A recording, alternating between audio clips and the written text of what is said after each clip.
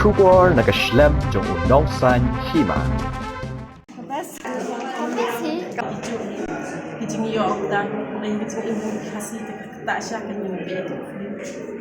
Kijing syak dan apa yang kita film be dan kabiang namar baka film kasih jong an kalau setelap nak komunikasi film kasih jong baki ben mi ya film ki ben mi dekat English de kalau ka kata hang ya la de kalau internet hoi namar ting yang ide ki kasih mi ben mi film kasih lai ka film pada mi kadang teng English teng kasih kadai kalau vlog kan abang yang kasih teng buat original hoi kadai ke jasa tu namar bateng ni sisya ki kasih jong mi an ni long kumta ni biet ya kaspa kan om ni thang mete namar ni foto ya la deru la dang iman ya no le la ki lat kum tu dalam kata penja tong mulai su tong om baki kuan ki bakla ni teng ni ki pai ke jing im ki kuan ben bakla na te tang nakadaw bang ya kaspa ni kelat na ya ke jing im jong ki barit bariang mo na ni hila na ya kaspa pathai ni kelat na ya kaspa musim ya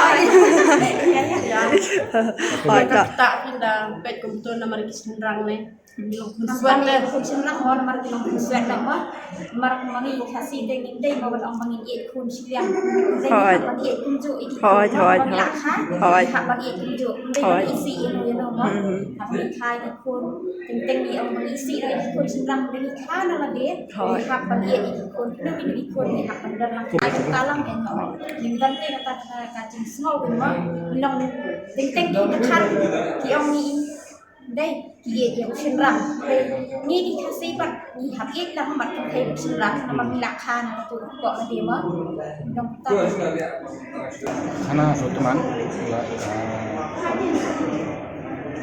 ka drama bersama sotuman kum senrang kasih dia yang kita jika dia selalu saya kalau senrang kasih ni ini bukan bah nang yakin sekarang ini ini kenapa? Kalau saya ngiru ini soto ya buat ini soto ya buat ini sedang. Maka kita tiru kenyo soto bukan baik. Kini dan kita kerja semua bukan dia nak bang hidup.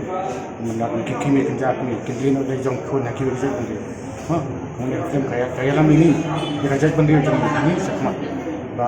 Ngat boleh angkat pak jadi dia tu kiksi mungkin kesan. Kami ni kita. Kalau jangan hidung berang ni hentai. Ini pun tahu hidung kersan tinggi sekali. Yang jangan hingga tanpa dipakai bahan berok, bahan kesemua bahan kersan. Orang ini kersan kipinnya. Lama kerja. Kita perbaikan untuk kadut kersan tubuk tu. Ikpajung tadi akses ni tengah lima. Ikut ni cempetin isu sedang kan. Jadi kan luar pangayu. Jadi bukan bincang. Orang sesak tu. Kanur pangayu pun kena. Kemudian kami kata kemudian kemudian itu kemudian masalah itu kata kelas mak lengkau dah start ni macam pakai ni. Kita nak masuk kelas tu. Jadi menteri kan yang dulu itu banyak yang iklan, kanur iklan, kita kan long story kita ni. Yang iklan hospital, sosial iklan hospital. Kita lara ini membuat kita menjadi yang kita pakai jangan kita para pemilik yang perlu yang tahu loh.